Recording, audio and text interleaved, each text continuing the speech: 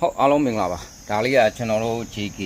15ရေဘဲလန်းနဲ့ဆက်လေးဘယ်လိုတွေသုံးလဲဆိုတော့ live ပို့ဆရာတွေကျွန်တော်တို့စပိန် TTN ဆရာတွေသုံးကြတာပေါ့နော်အဲ့တော့ဒီကောင်မှာဘာတွေပါလဲဆိုတော့ဒီမှာကျွန်တော်တို့ B minus ကနေပြီးတော့ကျွန်တော်တို့ B24D ပါမယ်နော်24D ပါမယ်နောက်ဒီကောင်လေးတစ်ချောင်းပါမယ် B24D ပါမယ်အားလုံးဒီလိုဂျိုးရှည်က3ချောင်းပါမယ်နောက်ဒီလို socket နဲ့တွဲသုံးရတာဒါကျွန်တော်တို့အရင်ကကျွန်တော်ရောင်းတဲ့ JK4 ရေ balance ဆောက်မှာကျွန်တော်ရှင်းပြထားလို့ပဲဒီကောင် socket နဲ့သုံးရတဲ့ဟာเนาะ socket နဲ့သုံးတဲ့ဟာဆိုတာဘယ်လိုမျိုးလဲဆိုတော့ဒီအပေါက်မှာဒီကောင်လေးတက်เนาะဒီ socket တွေတက်ပြီးသွားရင်ဒီဘက်မှာဒီကိုပြန်ထိုးပြီးသွားရင်ကျွန်တော်တို့ balancer socket ပေါ့เนาะ balancer မှာတချို့ကျွန်တော်တို့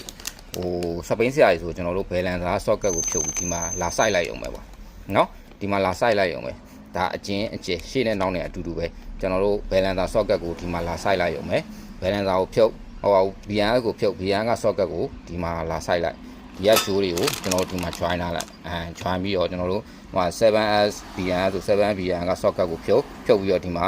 ကျွန်တော်ရေးရတယ် B minus ကနေဒီ 7D ကိုဒီမှာ socket လေးစိုက်လိုက်ရုံပဲအဲ့ဒါဆိုသူ့ဘက်သူ balance လောက်ရလိမ့်မယ်ကျွန်တော်နောက်ဖုန်းနဲ့ setting နဲ့ဝင်ပြီးတော့ balance လုံးနေတဲ့ပုံလေးကိုလည်းကျွန်တော်ဒီဗီဒီယိုနောက်ပိုင်းမှာကျွန်တော်တင်ပေးထားမယ်เนาะဗီဒီယိုလေးနှစ်ခုဆက်ပေးလိုက်အဲ့တော့အခုဒီကောင်လေးကိုကျွန်တော်အရင်ရှင်းပြမယ် live ဟိုးသမားတွေအတွက်ပေါ့เนาะ live ဟိုးသမားတွေအတွက်ဆိုတော့ကျွန်တော်ဒီမှာ B minus ကစပြီး B minus B1 B2 B3 B4 ဒါ4 set အတွက်เนาะ4 set အတွက်ဆိုရင်ဒီကောင်လေးကို join လိုက် join ပြီးသွားအားလုံး join ပြီးသွားပြီဆိုမှဒီ socket လေးကို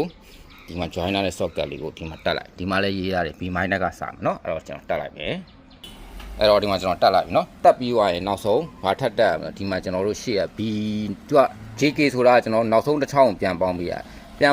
အတွက်ဒီကောင်လေး socket လေးကိုတက်လိုက်နော်တက်လိုက်မယ်เนาะအဲ့တော့ကျွန်တော်တက်လိုက်ပြီတက်ပြီးသွားရင်ဒီကောင်မှာကျွန်တော်တို့နောက်ဆုံးကျိုးမှာကျွန်တော်တို့ဒီမှာ B+ ဆိုတာပါလိမ့်မယ် B+ ဒီမှာကသူကအားလုံးဘယ်နှကျိုးထွက်မလဲဆိုအားလုံး၄ကျိုး B+ ရဲ့ဒီရှေ့ဆုံး socket မှာเนาะ B+ ရဲ့ B22 ရဲ့ B24 ရဲ့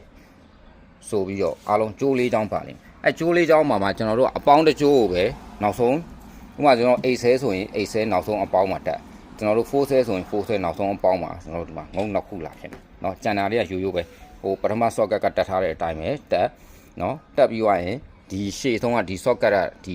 နောက်ဆုံးကျိုးတစ်ချောင်းမှာပဲလာပေါင်းပြီးပြီးပလက်ကိုเนาะအဲ့တော့ပြီးသွားရင်ကျွန်တော်တို့ဒီမှာ power ဖွင့်လိုက်အဲ့ဒါဆို power မီလေးလင်းပြီးတော့အလုပ်လုပ်เนาะအရန်လွယ်ကူရိုးရှင်းပါတယ်เนาะပြီးသွားရင်ကျွန်တော်တို့ဒီ power မီလေးလင်းပြီဆိုရင်ကျွန်တော်တို့ဒီမှာဖုန်းထဲကနေပြီးတော့ကျွန်တော်တို့ Bluetooth နဲ့ချိတ်ပြမယ်အဲချိတ်ပြီးတော့အထဲမှာ setting လေးပေါ့เนาะကျွန်တော်တို့ balancing ဘယ်လောက်กว่าဝေးမလဲဆိုတဲ့ setting လေးကိုချိန်လိုက်ရင်ရပြီ4ဆဲဆို4ဆဲ8ဆဲဆို8ဆဲအဲ့ဒါဆိုသူ့ဘက်သူကျွန်တော်တို့အလုပ်လုပ်နေပြီเนาะဟုတ်အရန်လွယ်ကူရိုးရှင်းပါတယ်ဟုတ်ဒါလေးပါကျွန်တော်3နည်းလေးရှင်းပြပေးထားတာပါအားလုံးပဲကျေးဇူးပါဗျ